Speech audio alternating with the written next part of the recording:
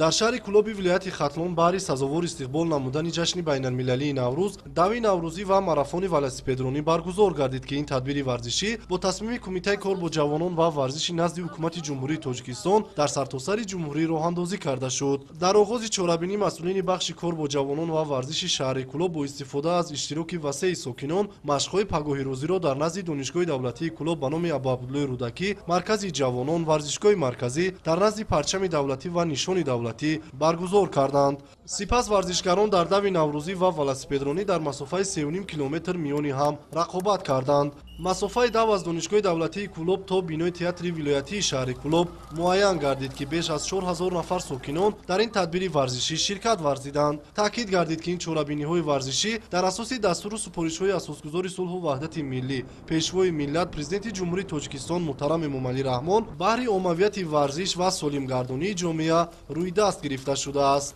беҳтарин варзишгарони ин мусобиқа дар арафаи таҷлили ҷашни байналмилалии Наврӯз бо иштироки варзишгарону ҷавонон қадршиносӣ карда мешаванд. бинобар иттилои мудири бахши кор бо ҷавонон ва варзиши шаҳри Кӯлоб Ғиёсиддин Достиев дар баробари мусобиқаи мазкур давоми моҳи март бо ибтикори бахши мазкур бахшида ба ҷашни Наврӯзи байналмилалӣ силсила барномаҳои оммавӣ варзишии солимгардонӣ ва мусобиқаҳои гуногуни варзишӣ баргузор карда мешавад.